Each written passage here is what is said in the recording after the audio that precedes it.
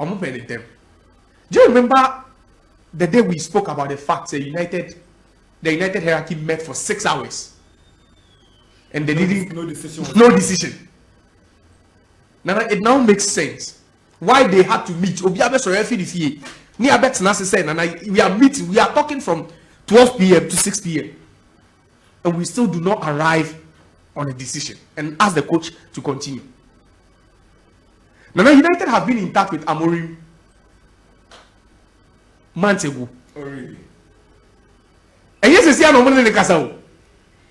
they knew what they wanted right after they sacked Ten Hag. I don't know, catch say the moment I'm caught now say for 6 hours, Eka said Ten Hag into Arsenal. Now the guy should have been smarter to have even stepped down himself. So come up and what did that? Debut. Nana obi did air show on Kasa. It's even more dangerous. He was losing games and they met. Nana, it could have been a Zoom call. It could have been a conference call on phone. But they all left their houses, met with this coach, sat down for 6 hours. And the coach didn't know, said they were just setting him up to fail. And all of a sudden, in the matter of what? How many days? 2 days. United are already close to signing Amorim.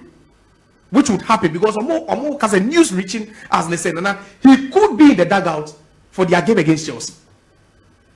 I feel sorry for Ruben Van Nistelrooy.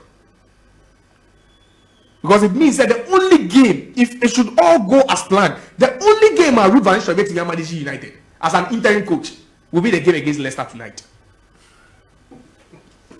Oza. Amorim is coming with his backroom staff. He's coming with his backroom staff. So he wouldn't want to keep Ruben.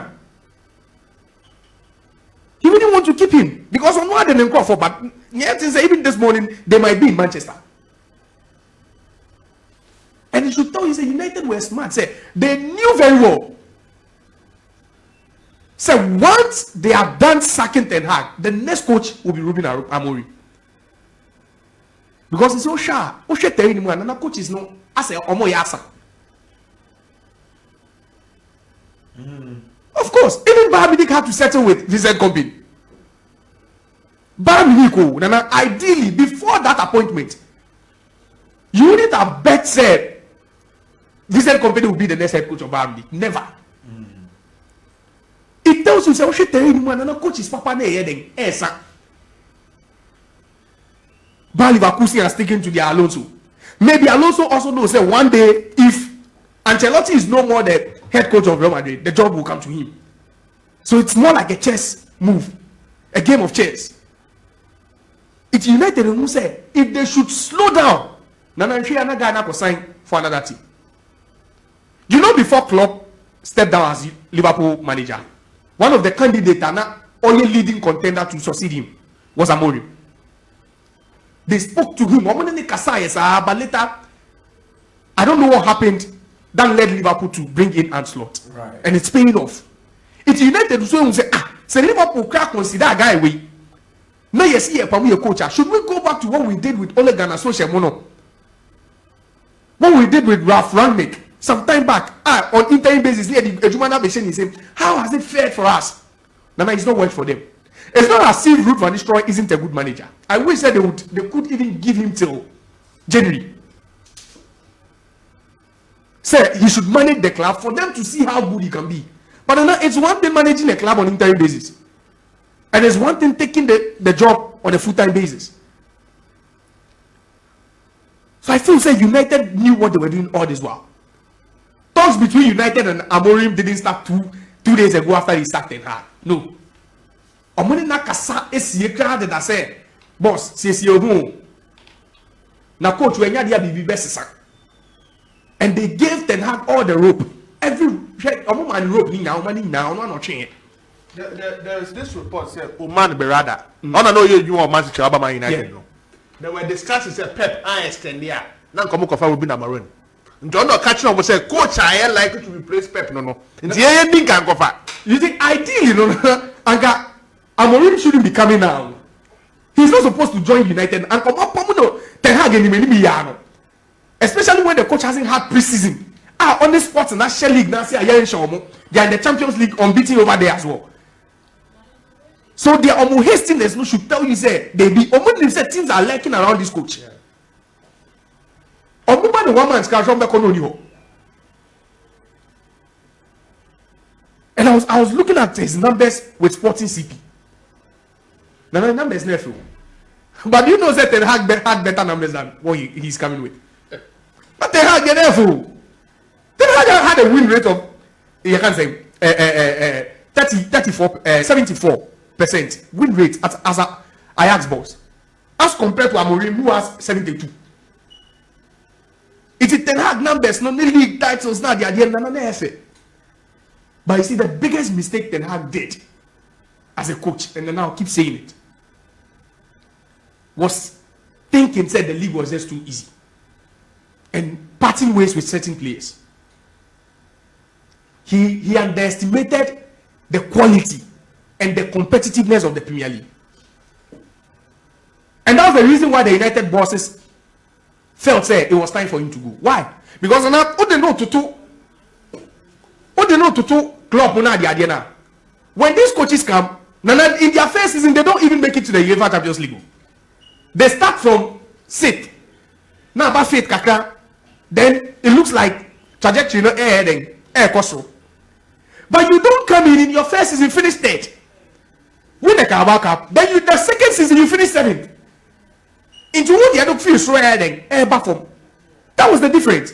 Because all they know to Arteta. When Arteta came in, he didn't qualify for the Champions League in his first 2 seasons.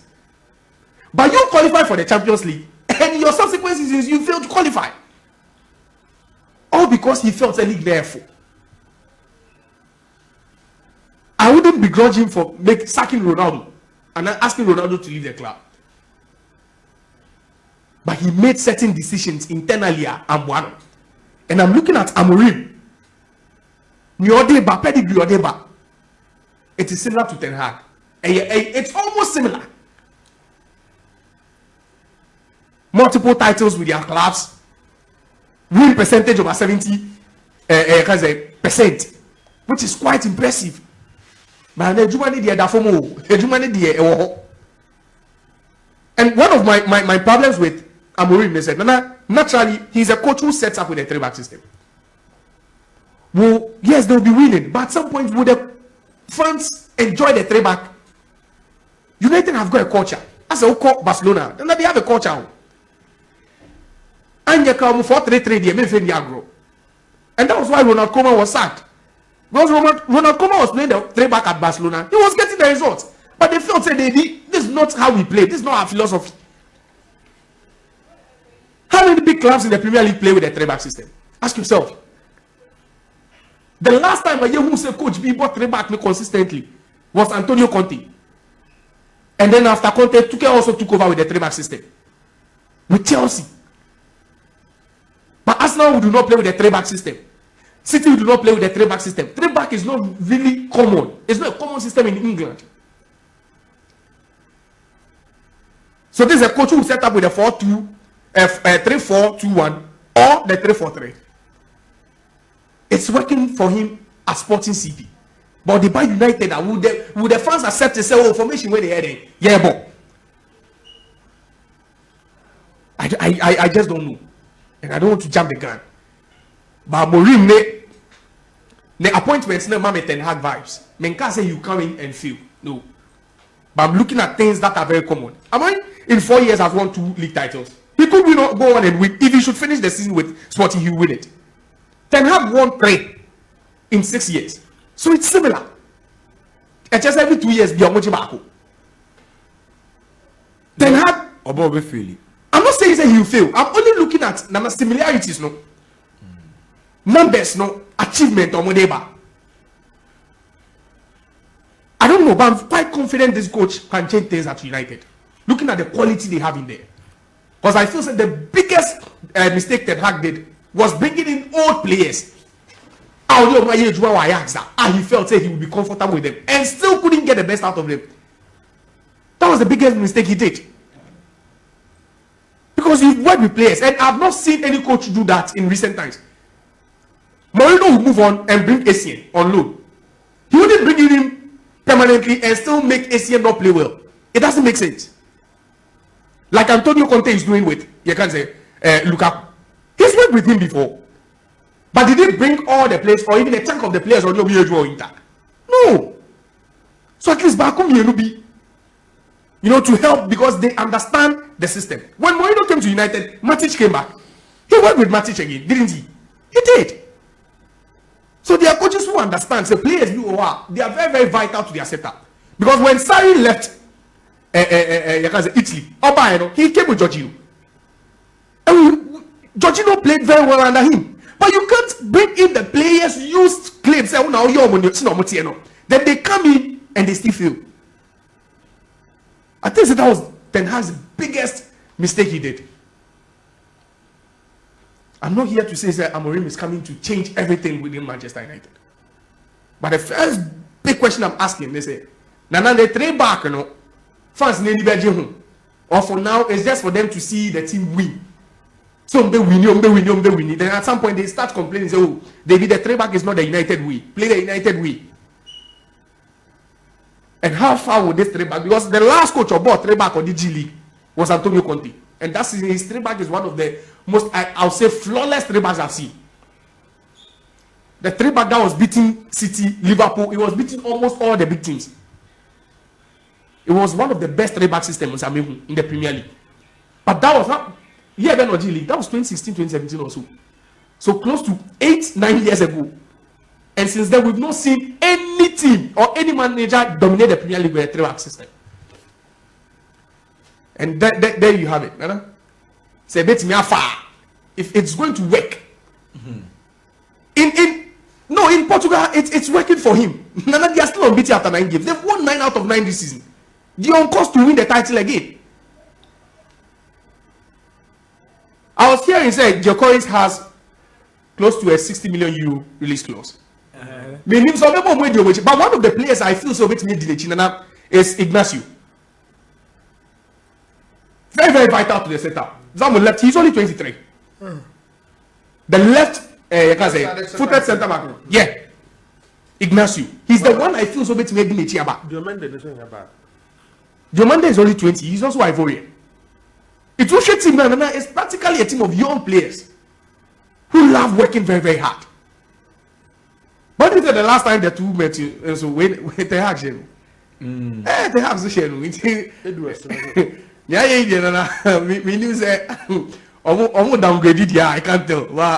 The only relief for United fans is that Ten Hag is no more. And now most players will have to play to impress the new coach, especially from the goalkeeping department. I'm saying it again. Seriously. Because not every coach believes in a goalkeeper who takes risks. I'll say it. And he's one of the reasons why Ten Hag got sacked. The goalkeeper was one of the reasons Ten Hag got sacked. Today someone was asking me that same question. Say, hey, the goalkeeper is picking up. Say, no. Yeah, no, I said, yeah, no, he's picking up. But the question is, Amorim standards, Ten Hag get pay. I'm sure they get pay. I'm sure now maybe the basic job Amorim will require from his goalkeeper to keep the ball or to do shot stopping. It's not really to involve yourself in play like this. Anyway, you can't say it to work. The goalkeeper on tears here. See my goalkeeper is doing other things. On tears here. The goalkeeper is the team. So I think that most of these players, especially Rashford, Amorim will have a decision to make with Rashford. Because these are players and that team, they say, real politicians. No. Team need Omodia. And if Amorim will want to come to United and succeed in the next 2 years, he has decisions to make. But my first question I'm there, three back never far. So to me, the fadia, 18 minutes past 10. Thank you very much, Josiah Okokwe, for your fantastic analysis. What's in Nane Duncan, Oni Joe, and Omo Adjuda and Simukama.